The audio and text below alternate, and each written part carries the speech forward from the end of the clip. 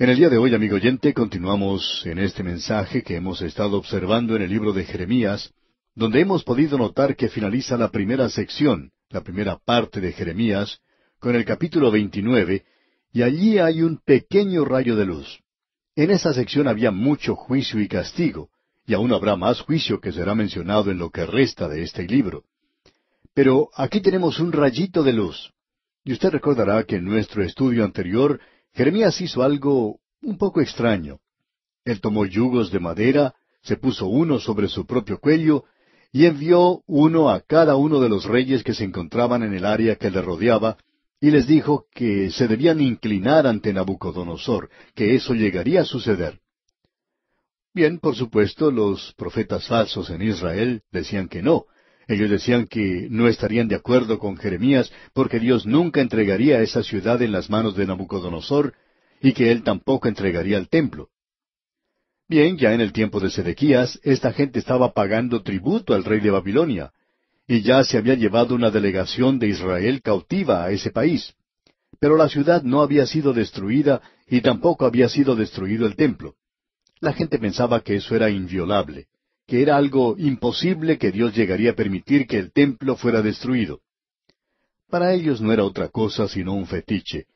Era una cosa de buena suerte y nada más que eso. Hay muchas personas que en el día de hoy llevan la Biblia de la misma manera. Hay muchas personas que piensan que porque ellos son miembros de cierta iglesia, eso es lo único que es importante, que de eso les hablará el Señor algún día. Bueno, entonces Jeremías explicó con toda claridad que esos yugos iban a ser quitados, que eran algo temporal. Es decir, Nabucodonosor estaba dispuesto aparentemente a dejar que la gente regresara, y él hubiera regresado los utensilios del templo y hubiera permitido que la gente continuara. Pero ellos continuaron en su rebelión contra Dios. Es más, Sedequías en ese mismo momento estaba tramando rebelarse, y él estaba tratando de conseguir que otras naciones se unieran a él. Y ellos estaban pensando hacer eso para poder rebelarse también. Ahora Jeremías les dice que los yugos de madera serán quebrados, pero solo porque habrá yugos nuevos hechos de hierro, y que esos serán usados con ellos cuando venga Nabucodonosor la próxima vez, y eso no iba a ser algo fácil. Él iba a destruir sus ciudades y a llevarlos cautivos. Ahora él habla en el capítulo 29 de aquellos que fueron a la cautividad bajo el rey Jeconías, y este es el mensaje para ellos. Él les dice que vayan ellos de su propia voluntad, que no se rebelen, que el juicio de Dios ha llegado y que no hay manera de evitarlo. Y ahora en el versículo 10, él tiene estas palabras de ánimo. Leamos el versículo 10 del capítulo 29 de Jeremías. Porque así dijo Jehová, cuando en Babilonia se cumplan los 70 años, yo os visitaré y despertaré sobre vosotros mi buena palabra, para haceros volver a este lugar. Es decir que él está diciendo ahora que ellos regresarán a la tierra. Ellos irán a la cautividad por 70 años, y él indica con toda claridad por qué están yendo a la cautividad. En el versículo 23 del capítulo 29 de Jeremías leemos, porque hicieron maldad en Israel, y cometieron adulterio con las mujeres de sus prójimos, y falsamente hablaron en mi nombre palabra que no les mandé, lo cual yo sé y testifico, dice Jehová. Creemos que este es un versículo muy destacado. Lo que ha ocurrido era que la gran clase media de Israel, en Judá, se había corrompido, y que eso había sucedido porque ellos mismos tenían un sacerdocio corrupto, y los profetas eran falsos profetas. Diríamos que en el día de hoy el liberalismo está arruinando a la iglesia del presente. Ya ha hecho un trabajo, casi diríamos completo, de arruinar a la iglesia. La iglesia no tiene ningún tipo de influencia hoy, y por supuesto se ha apartado de su misión principal de esparcir la palabra de Dios hoy. En aquel día, esta gran sección de la nación de Israel fue a la cautividad, y esto indica que ellos eran una mejor clase de gente. Ya hemos enfatizado esto anteriormente, que los muy ricos se encontraban en la cumbre y los más pobres en la posición más humilde. Dijimos que esos eran los grupos más difíciles de alcanzar con la palabra de Dios. Y ninguno de esos grupos es la columna vertebral de cualquier nación. Siempre son la fuerza destructiva en cualquier parte. Sin embargo, son la clase media los que son importantes. La clase media es la fuerza que empuja a una nación. Cuando esta clase se corrompe, entonces la nación desaparece. Puede que la nación haya llegado a ser una potencia mundial, y si ha llegado a ese punto es gracias a su clase media. Pero cuando esa clase media se corrompe, esa nación deja de ser. Y esto es lo que Jeremías está diciendo aquí. La razón por la cual ustedes están yendo a la cautividad es porque los pecados de la clase media han crecido, la clase que era la columna vertebral de la nación. Y eso es lo que les sucedió a ellos.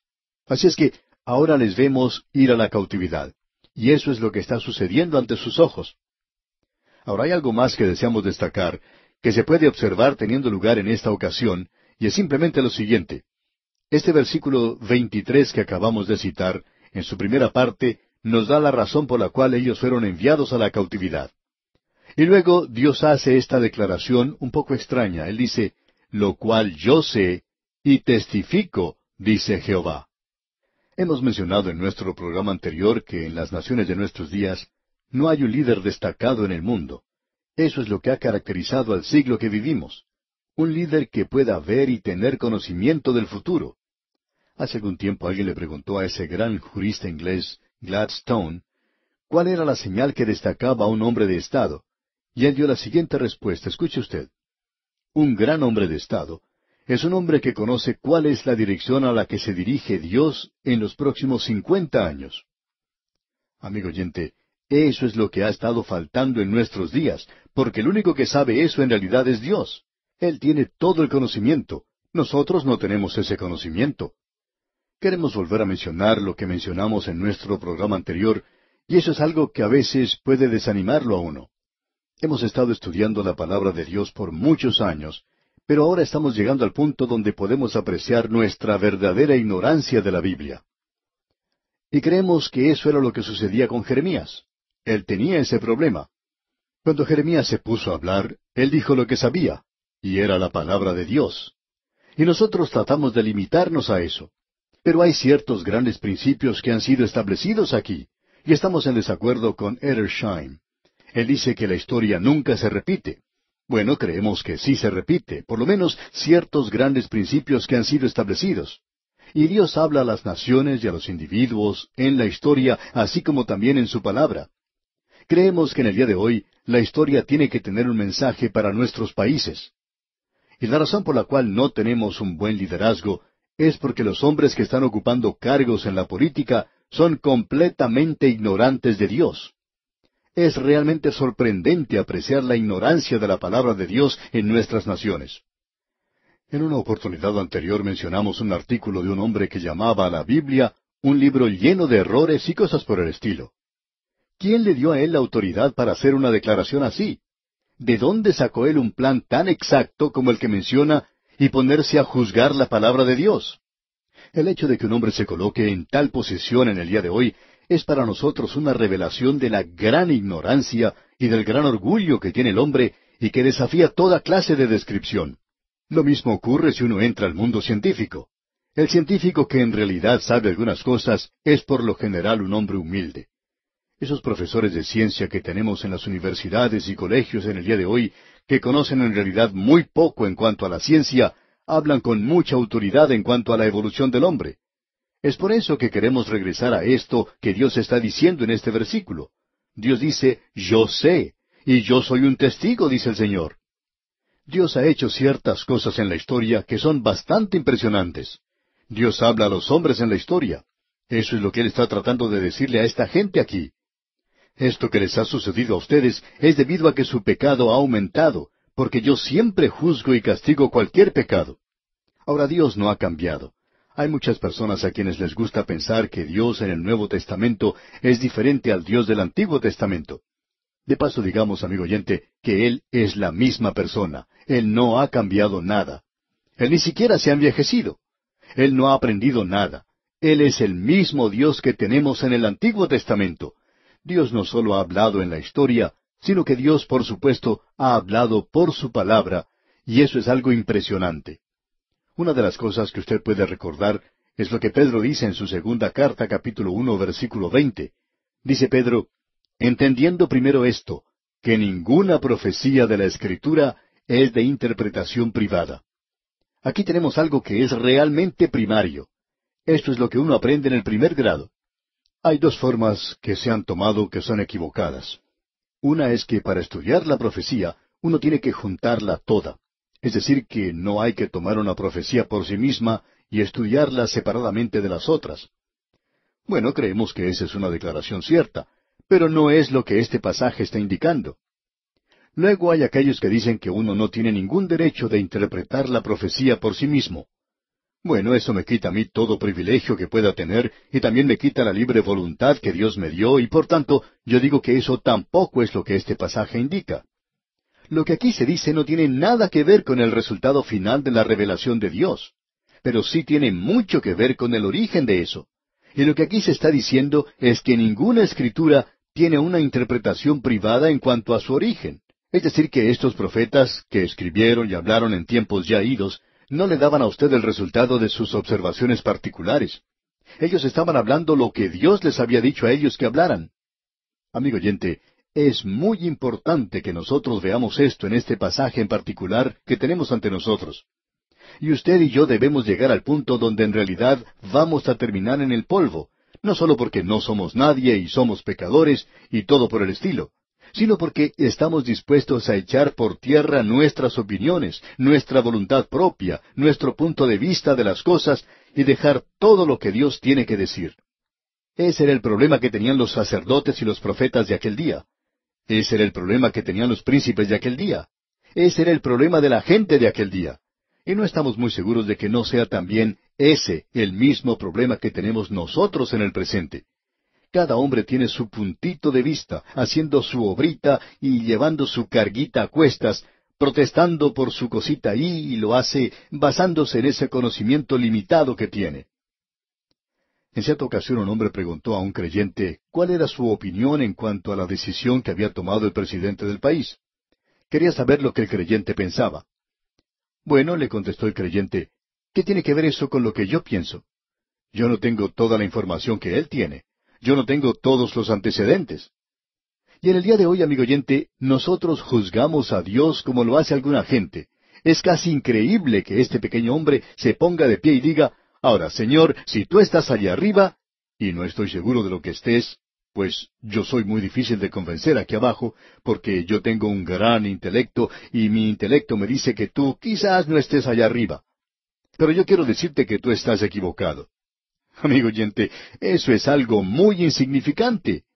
Uno se puede imaginar a una pequeña hormiga que entra en mi casa, por ejemplo, y sube a la silla donde yo estoy sentado, que me mire y me diga, mira, a mí no me gusta la forma en que has edificado esta casa, no me gusta la forma en que has colocado las plantas por aquí, no me gustan las cosas que estás comiendo. ¿Sabe usted, amigo oyente, lo que yo le diría a esa pequeña hormiga? Bueno, simplemente la pisaría y allí terminaría esa hormiga. Pero Dios es muy misericordioso con el hombre. Él no pisa al hombre. Él le da otra oportunidad. Ahora con esto entramos a esta nueva sección que comienza con el capítulo 30, y creemos que los capítulos 30, 31, 32 y 33 constituyen un mensaje tremendo. Vamos a ver lo que se nos dice aquí. Tenemos en esta sección en particular, digamos de paso, y creemos que es una sección muy maravillosa a la cual hemos llegado, pero que procede de los días más tenebrosos que haya tenido Israel. Esos días eran, por cierto, tenebrosos.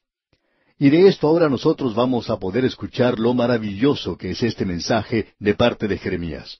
Nunca llegó a ser tan tenebroso como para que él no tuviera un mensaje de ánimo para esta gente. Y mire usted dónde están ahora. El ejército de Nabucodonosor está rodeando los muros de la ciudad y él viene a conquistar. En esta ocasión, él destruirá la ciudad y quemará el templo. El profeta ha sido arrestado y ha sido aprisionado en el atrio. No le dijimos eso a usted al estudiar esto aquí, pero él se encuentra en la cárcel. Y han pasado 7 años desde que este hombre Jeremías tuvo su conflicto con los profetas falsos. Los hechos se han sucedido calladamente, pero cada día en realidad se ve la exactitud de los mensajes de Jeremías. Y Ananías había dicho que dentro de 2 años sería roto el poder de Babilonia. Bueno, 7 años han pasado ya, y aquí tenemos a Nabucodonosor en las afueras de la ciudad, y él no está por ser quebrantado. Él está listo para quebrar, arruinar a Jerusalén, y los utensilios del templo del Señor no van a ser regresados al templo. Jeconías no regresará a la ciudad. Las cosas en realidad han ido de mal en peor, y ahora ellos han salido de la sartén para caer en el fuego, y se ha ido ya la vida de la nación. Y Jerusalén ya se encontraba bajo la sombra de Babilonia, y el profeta de Dios estaba cautivo por ese espíritu de rebelión de la nación pecaminosa que se negaba a escuchar la palabra del Señor. Amigo oyente, ¿puede una hora ser más tenebrosa que esta? ¿Puede calcularse una circunstancia peor que esta para llenar el corazón de desesperación? Bueno, es en esta ocasión que se puede escuchar esa nota profética de parte del profeta que sale de un lugar subterráneo hasta alcanzar la cumbre de los edificios. Él no es ahora capaz de cantar simplemente en voz baja, sino que va a cantar como soprano. Él va a alcanzar los lugares más elevados y él va a hablar primero. La noche llega, pero también llega la mañana. Y él dice en los primeros 2 versículos del capítulo 30 de Jeremías, palabra de Jehová que vino a Jeremías diciendo, así habló Jehová Dios de Israel diciendo, escríbete en un libro todas las palabras que te he hablado. Ahora él está escribiendo esta profecía. Después de todo, él se encuentra en la cárcel. Él no podrá ocupar su púlpito el domingo por la mañana. Y continuamos leyendo en los versículos 3 al 5, porque he aquí que vienen días, dice Jehová, en que haré volver a los cautivos de mi pueblo Israel y Judá, ha dicho Jehová, y los traeré a la tierra que di a sus padres, y la disfrutarán. Estas pues son las palabras que habló Jehová acerca de Israel y de Judá. Porque así ha dicho Jehová, hemos oído voz de temblor, de espanto, y no de paz. Amigo oyente, ellos habían escuchado esto de parte de Jeremías. No habrá paz. Los profetas falsos habían dicho, paz, paz, pero no había paz.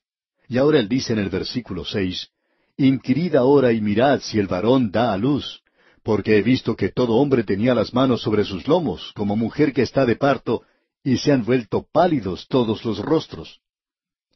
El profeta no solo ve ese gran día que se acerca, sino que cree que viene ese día del Señor del cual hablaron los otros profetas, incluyendo a Isaías, y él había dicho que es un día de tinieblas y no de luz. Bueno, ellos pasan a través de la noche hacia la brillantez del día. Es decir, que ellos pasan a través del período de la gran tribulación. Escucha ahora lo que dice aquí en el versículo 7 de este capítulo 30 de Jeremías. Ah, cuán grande es aquel día, tanto que no hay otro semejante a él, tiempo de angustia para Jacob, pero de ella será librado. Dios está diciendo que vendrá un día que si usted cree que es malo en el día de hoy, no ha visto nada aún, amigo oyente. Espere hasta que comience el período de la gran tribulación y verá. Ahora el versículo 9 del capítulo 30 nos dice, sino que servirán a Jehová su Dios y a David su rey, a quien yo les levantaré. Y de esa época de una experiencia tan terrible, ellos regresarán a la tierra, y David será resucitado de los muertos cuando ellos entren al reino, y reinará sobre ese pueblo. Notemos ahora lo que dice el versículo 18. Así ha dicho Jehová, he aquí yo hago volver los cautivos de las tiendas de Jacob, y de sus tiendas tendré misericordia, y la ciudad será edificada sobre su colina, y el templo será asentado según su forma. Ahora, ¿cuándo tendrá lugar esto? En el versículo 24 de este capítulo 30 leemos, no se calmará el ardor de la ira de Jehová, hasta que haya hecho y cumplido los pensamientos de su corazón. En el fin de los días entenderéis esto. Es decir, que esto es algo bien en el futuro. Y ahora lo que él promete a esta gente es que al final de los 70 años, ellos regresarán a la tierra. ¿Por qué? Bueno, el próximo capítulo nos dirá por qué. Dios dice en el versículo 3 del capítulo 31 de Jeremías, Jehová se manifestó a mí hace ya mucho tiempo, diciendo, con amor eterno te he amado, por tanto, te prolongué mi misericordia. Ellos habían pecado contra el Dios que los amaba a ellos. Y yo creo que ese es el peor pecado en este mundo. Ya veremos eso cuando nos toque estudiar lo que dice el profeta Oseas. El pecado contra el amor es el pecado más grande que cualquier hombre pueda cometer. Y bien, amigo oyente, vamos a detenernos aquí por hoy. Dios mediante, continuaremos en nuestro próximo programa, cuando entremos a considerar el capítulo 31 de Jeremías. Ya hemos entrado en una sección de este libro donde podemos apreciar algo de luz, algo que nos puede dar ánimo. Hasta aquí, hasta este punto, en este libro, no hemos tenido otra cosa sino juicio. Pero en los capítulos 30 hasta el 33 tenemos un contraste con los mensajes que hemos tenido hasta ahora. Y estos 4 capítulos, los capítulos 30, 31, 32 y 33, constituyen lo que pudiéramos llamar un cántico. En este día, amigo oyente, entramos a una sección del libro de Jeremías, donde podemos apreciar algo de luz y algo que nos puede dar ánimo. No hemos visto hasta este punto en este libro otra cosa sino juicio. Pero en los capítulos 30 al 33 tenemos un contraste con los mensajes que hemos tenido hasta ahora. Vemos aquí en todos estos capítulos, en los capítulos 30, 31, 32 y 33, 4 capítulos que constituyen un cántico, o como dijo Hengstenberg, aquí uno encuentra un himno triunfante de la salvación de Israel. Y este era el momento más oscuro y tenebroso en la historia de la nación. Como ya hemos indicado anteriormente, Sedequías estaba reinando, y él correspondía con los reyes del reino del norte, Acab y Jezabel. Pero por supuesto, ellos ya habían desaparecido hacía mucho tiempo, y su reino ya había sido llevado a la cautividad. Y estos, por cierto, que eran días tenebrosos, porque afuera de las murallas de Jerusalén se encontraba el ejército de Nabucodonosor otra vez, y en esta ocasión él estaba preparado para quemar la ciudad, y el templo, destruir la ciudad completamente y quemar el templo. Y los profetas falsos habían sido demostrados falsos. Se les había puesto en evidencia. Ananías había dicho que en 2 años Babilonia iba a ser quebrantada y que los utensilios del templo iban a ser devueltos. Bueno, esa era una profecía falsa porque Ananías está muerto y eso tuvo lugar unos 7 años antes de esto. Y ahora tenemos aquí a Nabucodonosor y es por cierto mucho más de los 2 años que había dicho ese profeta y aquí él está bien vivo. Él está demasiado vivo para esta gente. Ahora aquí vemos que se presenta un mensaje para dar ánimo o estímulo a la gente. En nuestro programa anterior analizamos lo que decía ya el capítulo 30, y comienza como comienza el día de Jehová en todos los libros de los profetas. Comienza con el período de la gran tribulación, y se le llama en el capítulo 30, versículo 7, leamos, «Ah, cuán grande es aquel día, tanto que no hay otro semejante a él, tiempo de angustia para Jacob, pero de ella será librado». Se le llama, pues, tiempo de angustia para Jacob. Pero Jeremías se aparta de eso. Usted puede apreciar que ellos se encuentran en grandes dificultades. Eso es algo muy cierto en esta ocasión. Pero Jeremías ahora se aparta más allá del tiempo de angustia para Jacob, porque más allá llega una época cuando tendrá lugar una restauración, y la tierra será restaurada a este pueblo, y ellos regresarán a su tierra. Con estos antecedentes, comencemos ahora a ver lo que nos dice el capítulo 31. Al capítulo 31 lo podemos llamar «Yo haré» o «Yo seré», ya que una expresión indicando esto ocurre como 15 veces en este capítulo, y el que está diciendo esto no es ningún otro sino Dios mismo. Dios dice como en 15 ocasiones «Yo haré» o «Yo seré», y se está refiriendo a lo que Él va a hacer. Notemos lo que dice el primer versículo de este capítulo 31 de Jeremías. En aquel tiempo, dice Jehová, yo seré por Dios a todas las familias de Israel, y ellas me serán a mí por pueblo. Aquí él dice, yo seré por Dios. Eso no ha ocurrido aún. Esa parte aún no ha sido cumplida. El regreso presente de Israel a su tierra no puede ser interpretado como siendo el cumplimiento de esto porque ellos no han regresado a Dios. Se nos ha dicho, y no queremos identificar la fuente de esta información porque causaría problemas a quien nos informó, pero existe una persecución real y verdadera de los creyentes en aquella tierra en el día de hoy, porque ellos, por supuesto, hablan de libertad de religión en ese lugar, pero en realidad no la tienen, porque esta gente no ha regresado verdaderamente al Señor todavía. Veamos lo que dicen los versículos 1 al 3 de este capítulo 31. En aquel tiempo, dice Jehová, yo seré por Dios a todas las familias de Israel, y ellas me serán a mí por pueblo. Así ha dicho Jehová. El pueblo que escapó de la espada halló gracia en el desierto, cuando Israel iba en busca de reposo. Jehová se manifestó a mí hace ya mucho tiempo, diciendo, con amor eterno te he amado, por tanto, te prolongué mi misericordia. Ahora hemos llegado a la explicación. Aquí tenemos la razón por la cual Dios va a restaurarles a esa tierra. Creemos con todo nuestro corazón que Dios tiene la intención de restaurar a la nación de Israel a su tierra en el tiempo en que Él cree conveniente y según su propio plan y propósito. Y la base para esto se nos explica aquí mismo. Con amor eterno te he amado. Hay muchos versículos favoritos que se citan a menudo de la Biblia, de la palabra de Dios.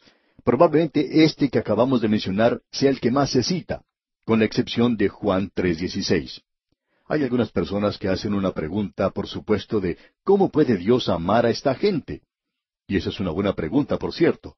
¿Cómo puede Dios amar a la nación de Israel de esa manera cuando ellos están actuando en la forma en que lo están haciendo en esa tierra en el día de hoy? Bueno, ¿por qué no ampliar un poquito esta pregunta y decir lo siguiente? ¿Cómo puede Dios amarnos a nosotros hoy? Porque Él dice, porque de tal manera amó Dios al mundo. No solo a esta gente, sino que Dios ama al mundo. Y Él le ama a usted y me ama a mí, amigo oyente. Y usted no va a encontrar una respuesta satisfactoria a esa pregunta en nosotros mismos, por la sencilla razón de que es muy fácil para nosotros el señalar a aquellas personas, y algunos lo hacen. Y me gusta decirle esto a cualquier antisemita que nos esté escuchando en este instante. Podemos decirle a esta gente, usted puede criticar a los judíos todo lo que quiera. Sin embargo, Dios dice, con amor eterno te he amado. Y permítanos decirle, amigo oyente, ¿qué va a hacer usted en cuanto a eso? Eso es lo que Dios dice. ¿Qué va a hacer en cuanto a eso? Amigo oyente, en lugar de estar señalando a esta gente, ¿por qué no vuelve su mano y se señala a sí mismo hoy? Ante los ojos de Dios, usted es tan gran pecador como cualquiera que está afuera hoy. Y fue necesaria la muerte de Cristo para proveer una redención para usted y para mí. Así es que no limitemos esto a solo unas cuantas personas hoy y decir, ¿cómo puede el Señor amar a esa gente? Bueno, amigo oyente, ¿cómo puede Dios amarme a mí? ¿Cómo puede Dios amarle a usted? Esto de veras nos sorprende mucho. Fabré escribió un himno que dice lo siguiente. ¿Cómo puedes tú pensar bien de nosotros y seguir siendo el Dios que eres? Es algo oscuro para mi intelecto, pero luz brillante a mi corazón. Bueno, regresando a nuestro texto, debemos decir que hay dos palabras aquí, y queremos decir algo en cuanto a ellas, antes de seguir adelante. La primera palabra que queremos considerar es la palabra eterno. Y sabemos muy poco en cuanto a eso. Siento mucho decirle esto, amigo oyente, pero cuando uno dice esa palabra, yo no estoy seguro que se me ha dicho todo. Solo podemos decir, como dijo ese pequeño a quien le preguntaron, ¿cuánto tiempo era o duraba la eternidad? ¿O cuánto tiempo dura la palabra nunca? Él respondió, bueno, creo que es un tiempo bastante largo.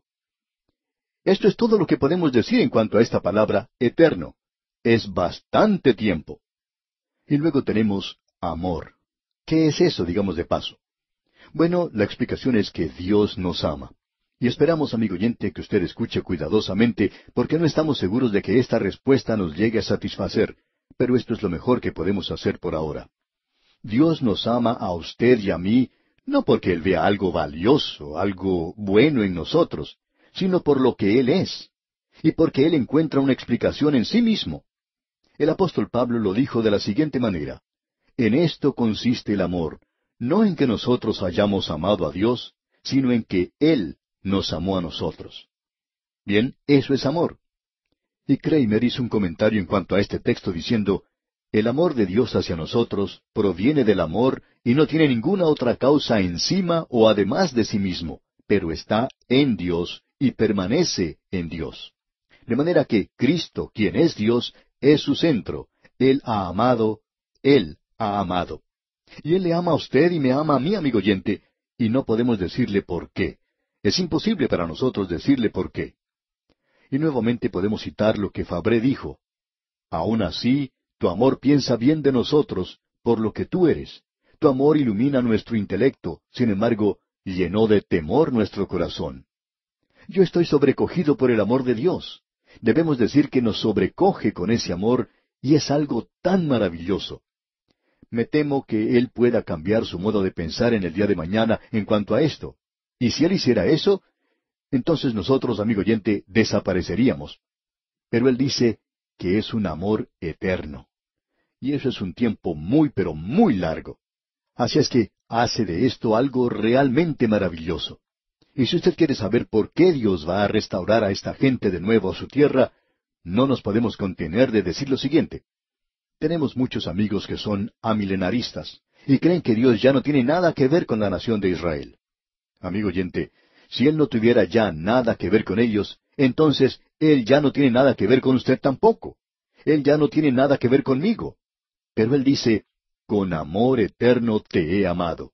Y esa es la razón por la cual Él aún tiene mucho que ver con ellos. Y no interesa lo que usted piense en cuanto a esto, ya que eso no hace ninguna diferencia.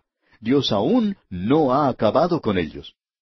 Bien, ahora nosotros estamos preparados para escuchar lo que Él le va a decir a esta gente. En el versículo 8 de este capítulo 31 leemos, He aquí yo los hago volver de la tierra del norte, y los reuniré de los fines de la tierra, y entre ellos ciegos y cojos, la mujer que está encinta y la que dio a luz juntamente. En gran compañía volverán acá. Uno pensaría que Él dejaría de lado a los ciegos y a los cojos.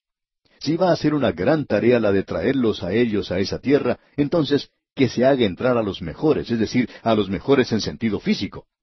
Pero Dios no dice eso. Él dice que todos son los que van a entrar. Luego en el versículo 9 dice, Irán con lloro, mas con misericordia los haré volver, y los haré andar junto a arroyos de aguas, por camino derecho en el cual no tropezarán, porque soy a Israel por padre, y Efraín es mi primogénito. Dios nunca dijo eso de una persona individualmente, de un israelita en forma individual. Él no dijo eso de Moisés. Él dijo, Moisés, mi siervo. Él nunca dijo eso de David. Él dijo, mi siervo David. Pero cuando Él habla de toda la nación como una unidad, Dios dice, porque soy a Israel por padre. A la nación, pero no a una israelita individualmente. Y luego en el versículo 10 continuamos, Oíd palabra de Jehová, oh naciones, y hacedlo saber en las cosas que están lejos, y decid, el que esparció a Israel lo reunirá y guardará como el pastor a su rebaño.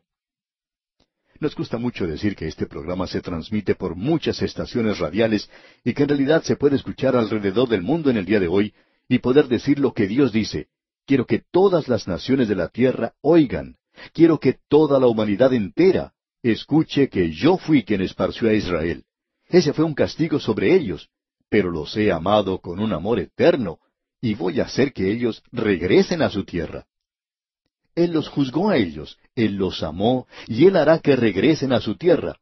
Eso es lo que nosotros llamamos un pasaje agridulce.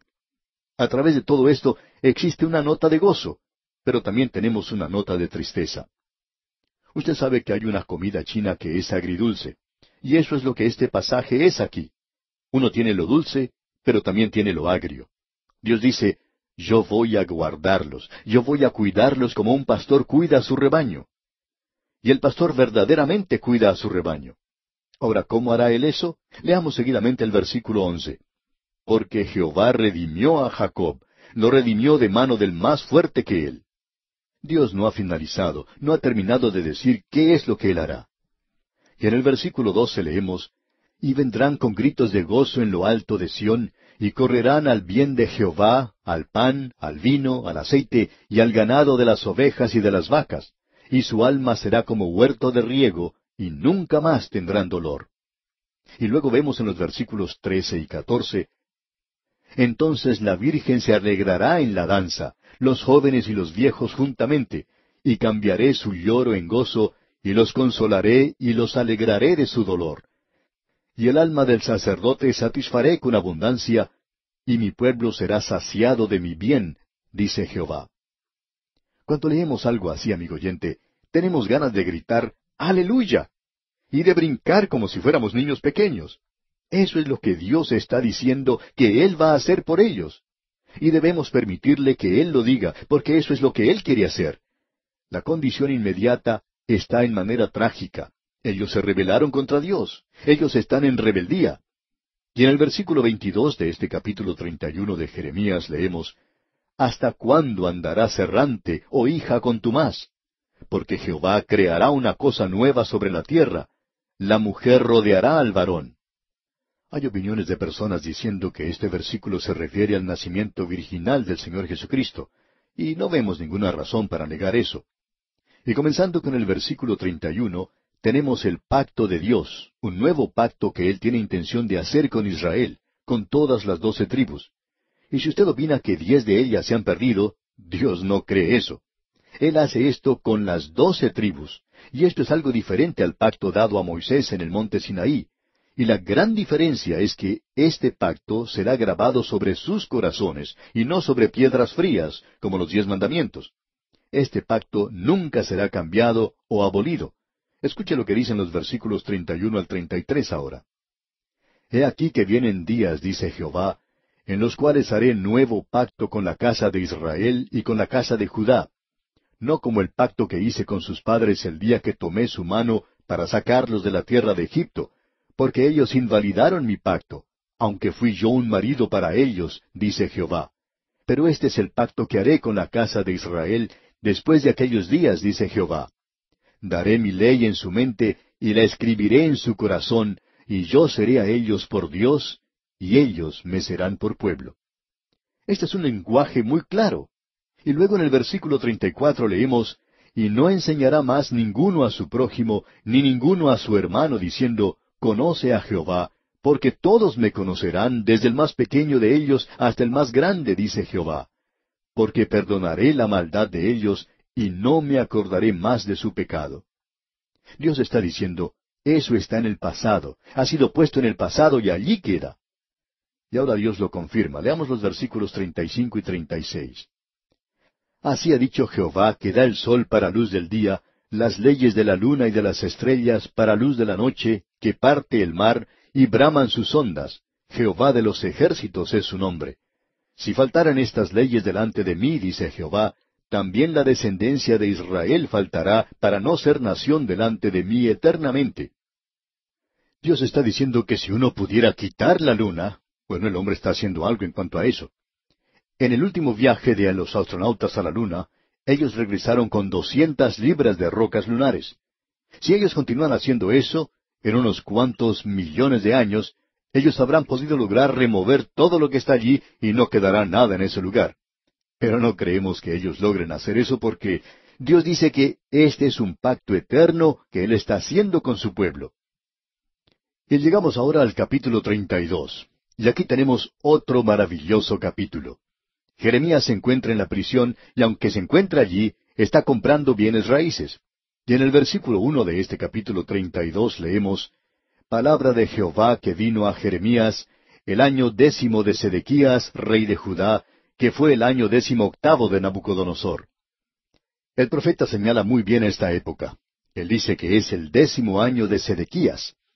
Este es el año cuando Nabucodonosor derribó las murallas de Jerusalén y las destruyó. En el versículo 2 leemos, Entonces el ejército del rey de Babilonia tenía sitiada a Jerusalén, y el profeta Jeremías estaba preso en el patio de la cárcel que estaba en la casa del rey de Judá. Este es un día tenebroso.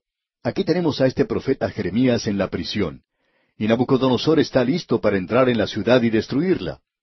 Jeremías tenía un pariente que se llamaba Anameel, y leemos aquí en el versículo 7 de este capítulo 32 de Jeremías, He aquí que Anameel, hijo de Salum, tu tío, viene a ti, diciendo, Cómprame mi heredad que está en Anatot, porque tú tienes derecho a ella para comprarla.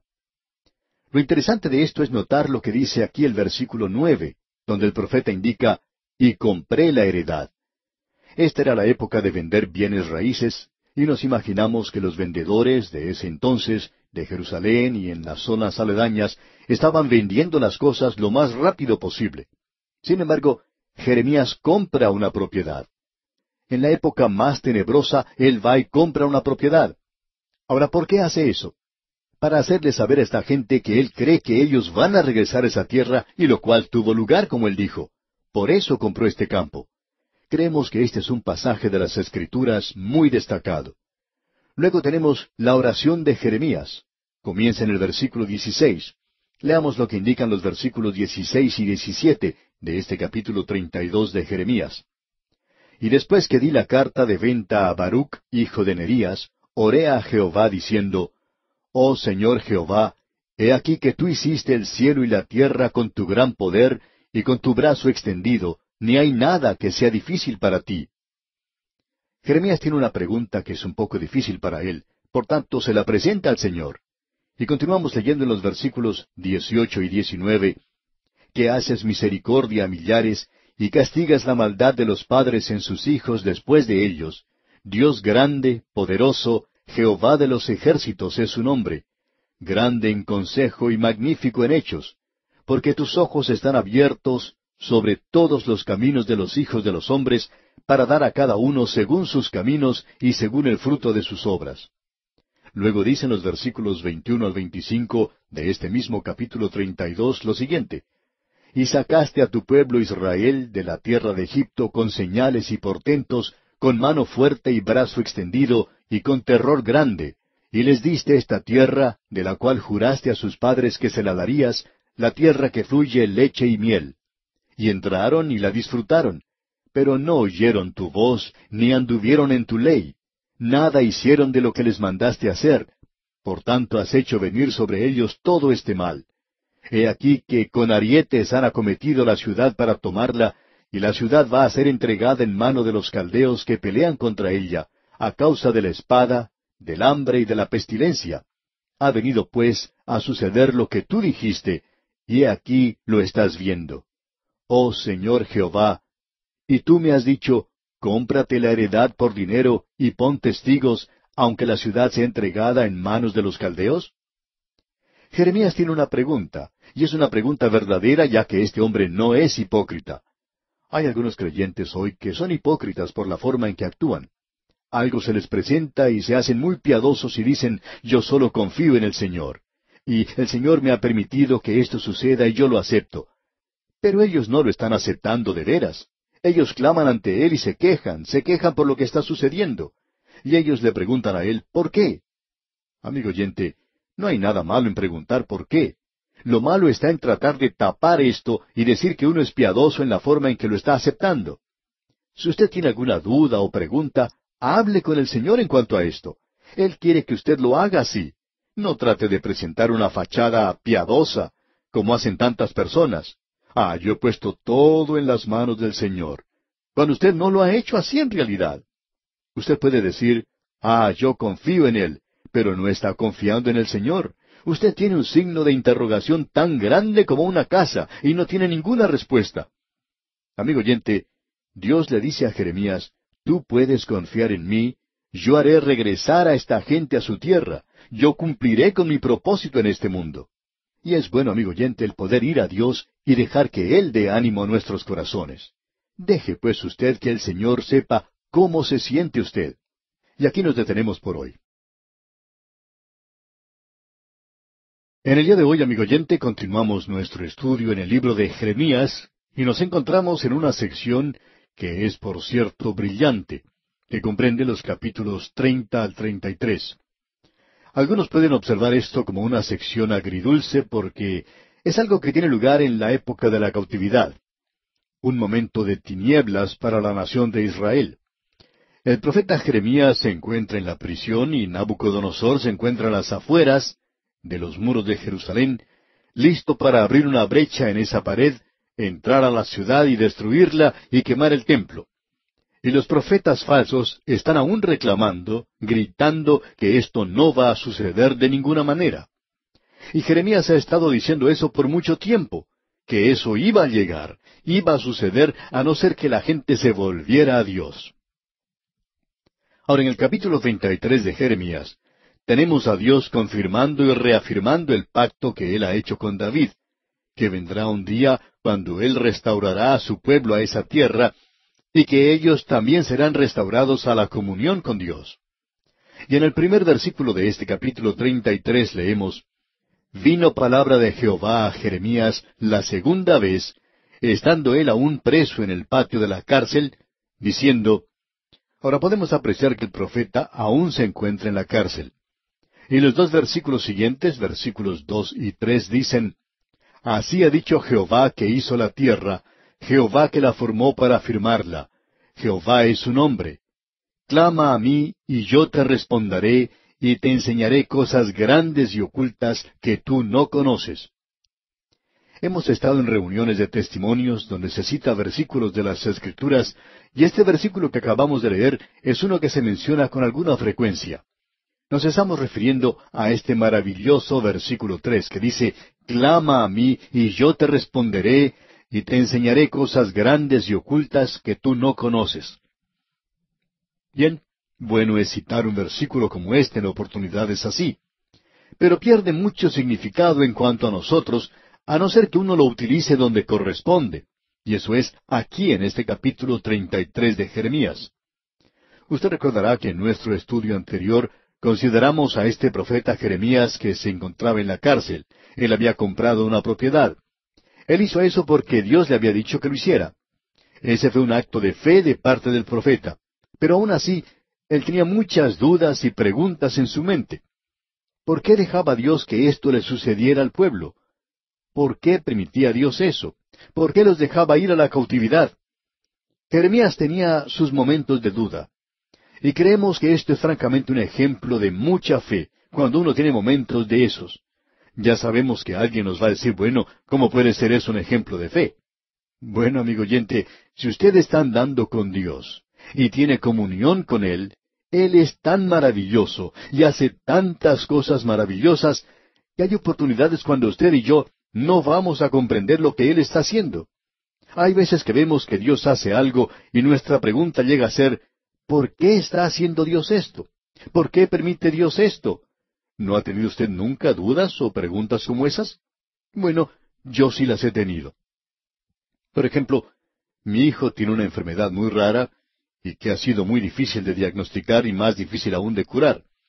Y hay momentos cuando yo me siento tentado a preguntar a Dios, ¿por qué permite Él que suceda esto? ¿Por qué? He aprendido a poner mi mano en la suya y caminar con Él en la oscuridad. Y muchas veces yo hablo de esto con Él y le cuento al Señor acerca de mis dudas, que yo confío en Él, a pesar de las duras pruebas por las que Él me permite pasar. Amigo oyente, usted puede apreciar que la fe tiene sus dudas. La fe simplemente no puede comprender todo. Pero de una cosa estoy seguro, de que llegará un día cuando Él me va a explicar a mí todo eso, y va a ser una muy buena explicación. Pero aún en este momento yo todavía le pregunto, ¿por qué? Y no creo que esté mal hacerlo. Por cierto que no lo creo. Yo creo que estaría mal si yo saliese y pusiera una fachada falsa y dijese, yo confío en el Señor y todo va a salir bien. Yo lo he aceptado y estoy ahora andando con Él. Y aleluya. Bueno, amigo oyente, no sucede de esa manera.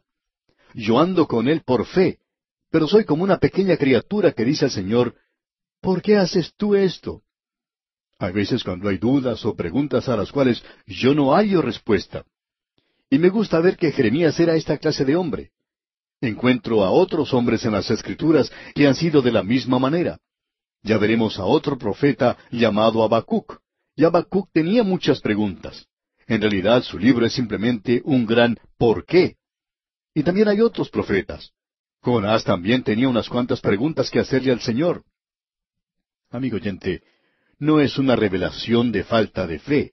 Es simplemente una revelación de hipocresía cuando ponemos una fachada.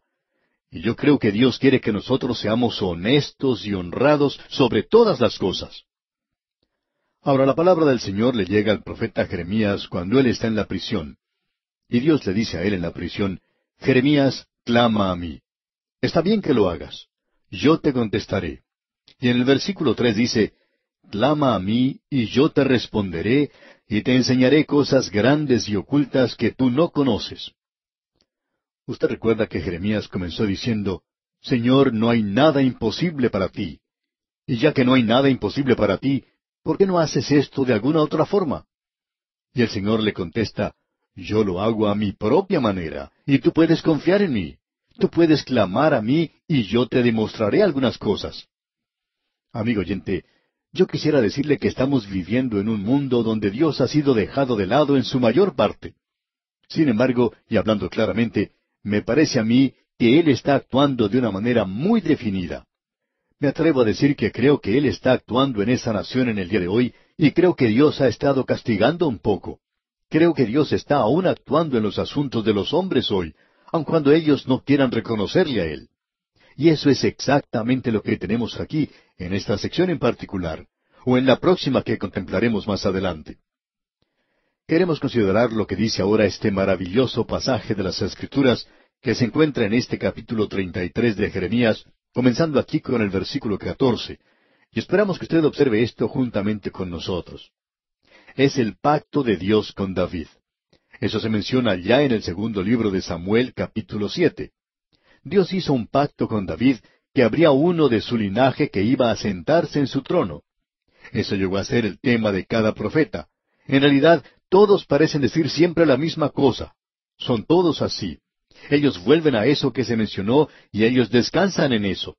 Escuche usted lo que dice Jeremías aquí en el versículo 14 de este capítulo 33 de Jeremías. He aquí vienen días, dice Jehová, en que yo confirmaré la buena palabra que he hablado a la casa de Israel y a la casa de Judá. En aquellos días. Bien, ¿cuáles días son esos? Bueno, se refiere al día que vendrá, al día del Señor. Y proseguimos ahora con la primera parte del versículo 15. En aquellos días y en aquel tiempo haré brotar a David un renuevo de justicia. Y él no ha tenido un renuevo de justicia hasta ahora, con la excepción de uno, y es aquel que nació en Belén. Y hará juicio y justicia en la tierra, dice.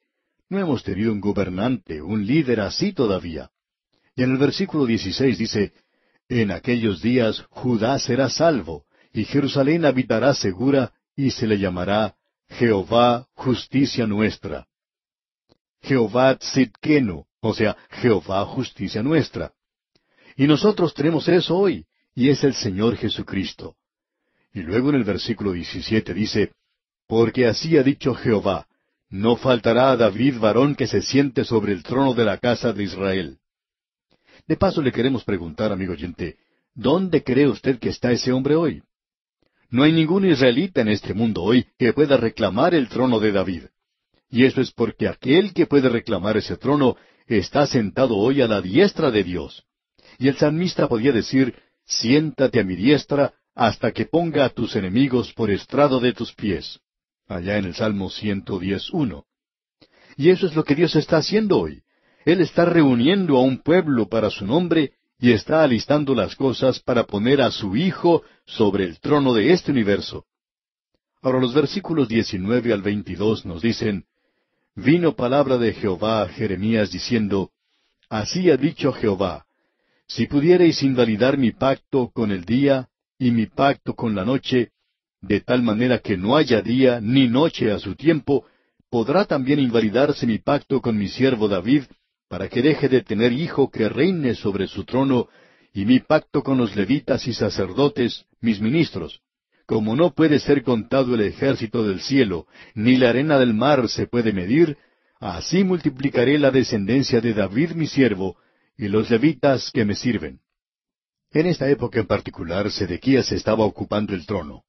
Él era uno de los hombres más corrompidos que haya existido. Nabucodonosor llegaría a quitarle los ojos y a llevarle a la cautividad. Ese es el tema del próximo capítulo. Y uno pensaría que aquí terminaría el linaje de David. Eso podría ocurrir en cualquier otra nación, de eso estamos seguros. Por ejemplo, podemos tomar al rey de Babilonia. No creemos que exista nadie ahora que pueda reclamar ese trono en el presente. No hay ninguno que pueda ocupar el trono de Alejandro Magno. No hay ningún faraón en Egipto en el día de hoy. Pero existe uno del linaje de David que puede reclamar eso. Dios dice que Él tiene la intención de ponerle a Él sobre el trono de este universo algún día. Esta es una gran profecía, digamos de paso. Y una profecía que es muy difícil ignorar y tratar de espiritualizar. Creemos que Dios quiere decir exactamente lo que está diciendo. Y llegamos ahora al capítulo 34 de Jeremías. Se nos habla aquí en cuanto al próximo cautiverio del rey Sedequías. Leamos los primeros 7 versículos de este capítulo 34. Palabra de Jehová que vino a Jeremías cuando Nabucodonosor, rey de Babilonia, y todo su ejército, y todos los reinos de la tierra bajo el señorío de su mano, y todos los pueblos, peleaban contra Jerusalén y contra todas sus ciudades, la cual dijo, así ha dicho Jehová Dios de Israel. Ve y habla a Sedequías, rey de Judá, y dile, así ha dicho Jehová, he aquí yo entregaré esta ciudad al rey de Babilonia, y la quemará con fuego, y no escaparás tú de su mano, sino que ciertamente serás apresado, y en su mano serás entregado, y tus ojos verán los ojos del rey de Babilonia, y te hablará boca a boca, y en Babilonia entrarás. Con todo eso, oye palabra de Jehová a Sedequías, rey de Judá. Así ha dicho Jehová acerca de ti: no morirás a espada, en paz morirás, y así como quemaron especias por tus padres, los reyes primeros que fueron antes de ti, las quemarán por ti, y te endecharán diciendo: Ay, Señor, porque yo he hablado la palabra, dice Jehová. Y habló el profeta Jeremías a Sedequías, rey de Judá, todas estas palabras en Jerusalén. Y el ejército del rey de Babilonia peleaba contra Jerusalén y contra todas las ciudades de Judá que habían quedado, contra Laquis y contra Aseca, porque de las ciudades fortificadas de Judá, éstas habían quedado. Y él continuó porque Sedequías trató de hacer un decreto, de hacer un pacto, para dar libertad a la gente. Y leamos el versículo 8. Palabra de Jehová que vino a Jeremías, después que Sedequías hizo pacto con todo el pueblo en Jerusalén, para promulgarles libertad. Pero Sedequías no llegó a cumplir ese pacto. Y en la primera parte del versículo 16 leemos: Pero os habéis vuelto y profanado mi nombre. Es decir, este hombre Sedequías y aquellos que se habían asociado con él. Leamos ahora todo el versículo 16. Pero os habéis vuelto y profanado mi nombre, y habéis vuelto a tomar cada uno a su siervo y cada uno a su sierva, que habíais dejado libres a su voluntad, y los habéis sujetado para que os sean siervos y siervas. Usted se da cuenta, amigo oyente, que el mundo siempre va a mirar la vida de los hijos de Dios. Ahora, este hombre Sedequías pretendía traer libertad a esta gente. Esa era la forma por medio de la cual un gobernante de Israel podía demostrar al mundo de que era diferente, de que él servía al Dios vivo y verdadero, dándole libertad a la gente. Bueno, no puede cumplir eso, y eso no solo causa que la reputación del rey sufra, sino que también profana el nombre de Dios. Y pensamos que el nombre de Dios hoy, la palabra de Dios, sufre más hoy de parte de aquellos que profesan conocerle a Él que de parte de aquellos que no le conocen en el presente. Opinamos que aquellos que han tomado el nombre del Señor Jesucristo hoy, por medio de sus vidas, ellos están causando daño a la causa de Cristo más que aquellos que están afuera. Pero os habéis vuelto y profanado mi nombre, dice aquí. Eso es lo que Dios dice. Vosotros habéis profanado mi nombre. Y en los versículos 17 y 18 leemos: Por tanto, así ha dicho Jehová: Vosotros no me habéis oído para promulgar cada uno libertad a su hermano y cada uno a su compañero. He aquí que yo promulgo libertad, dice Jehová, a la espada y a la pestilencia y al hambre. Y os pondré por afrenta ante todos los reinos de la tierra, y entregaré a los hombres que traspasaron mi pacto, que no han llevado a efecto las palabras del pacto que celebraron en mi presencia, dividiendo en dos partes el becerro y pasando por medio de ellas. Así es como la gente hacía un contrato en aquellos días. Tomaban aquello que se ofrecía en holocausto y lo cortaban por la mitad.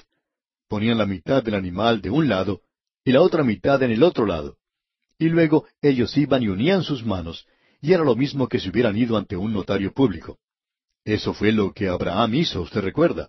Dios le dijo que preparara el sacrificio, y Dios hizo un pacto con él. Encontramos ahora un grupo y siempre existe un remanente. En el capítulo 35 encontramos a los recabitas. Ellos son parte del remanente y son diferentes a los demás.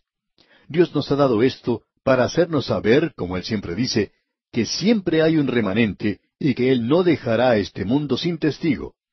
Dios siempre los tendrá, aun en los momentos más tenebrosos de la historia del mundo que aún se encuentra en el futuro, el período de la gran tribulación, cuando 144,000 tendrán que esconderse. Habrá 2 testigos que se mantendrán firmes del lado de Dios, porque Dios lo quiere tener de esa manera, aun en la época cuando se le permite a Satanás tener control de todo.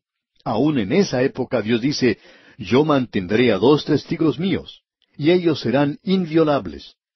Y uno no los puede tocar a ellos hasta cuando hayan cumplido con su misión. Veamos ahora lo que nos dice en cuanto a los recabitas, aquí en los primeros 2 versículos del capítulo 35 de Jeremías. Palabra de Jehová que vino a Jeremías en días de Joacim, hijo de Josías, rey de Judá, diciendo, Ve a casa de los recabitas y habla con ellos, e introdúcelos en la casa de Jehová, en uno de los aposentos, y dales a beber vino. Es decir que ellos fueron traídos para la celebración de la Pascua. Ellos aún son fieles a Dios.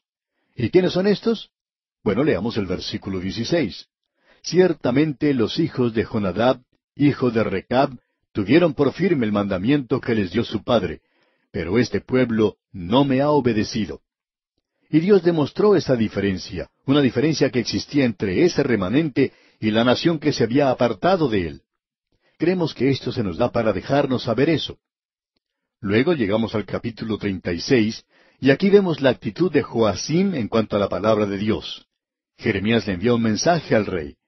Y leemos en los primeros 2 versículos del capítulo 36, Aconteció en el 4º año de Joacim, hijo de Josías, rey de Judá, que vino esta palabra de Jehová a Jeremías diciendo, Toma un rollo de libro y escribe en él todas las palabras que te he hablado contra Israel y contra Judá y contra todas las naciones, desde el día que comencé a hablarte, desde los días de Josías hasta hoy.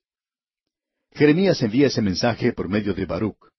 Y en el versículo 18 del capítulo 36 leemos, Y Baruc les dijo, Él me dictaba de su boca todas estas palabras, y yo escribía con tinta en el libro. Y ahora se lo llevan al rey. Y en los versículos 22 y 23 de este capítulo 36 leemos, Y el rey estaba en la casa de invierno en el mes 9, y había un brasero ardiendo delante de él. Cuando Jehudí había leído 3 o 4 planas, lo rasgó el rey con un cortaplumas de escriba, y lo echó en el fuego que había en el brasero, hasta que todo el rollo se consumió sobre el fuego que en el brasero había. Eso es lo que él pensaba de la palabra de Dios. Joacim toma la palabra de Dios y la arroja al fuego. A él no le importaba eso. Él no lo aceptaba. Él tampoco la creía. Y sucede lo mismo hoy, amigo oyente. No nos impresiona hoy el que la Biblia sea el libro más vendido del mundo. Sí, pero ¿quién lo está leyendo de veras? La Biblia no está siendo leída hoy. Nosotros hemos tratado de comenzar algo que es muy difícil de mantener en marcha. Sin embargo, nos ha sorprendido la respuesta que hemos recibido. Con todo, reconocemos que hoy hay multitudes de personas que son tal cual fue Joacim. Ellos no prestan ninguna atención a la palabra de Dios. Y en el versículo 24 leemos, Y no tuvieron temor ni rasgaron sus vestidos el rey y todos sus siervos que oyeron todas estas palabras. Si usted opina que Dios se va a detener aquí, usted está equivocado, amigo oyente.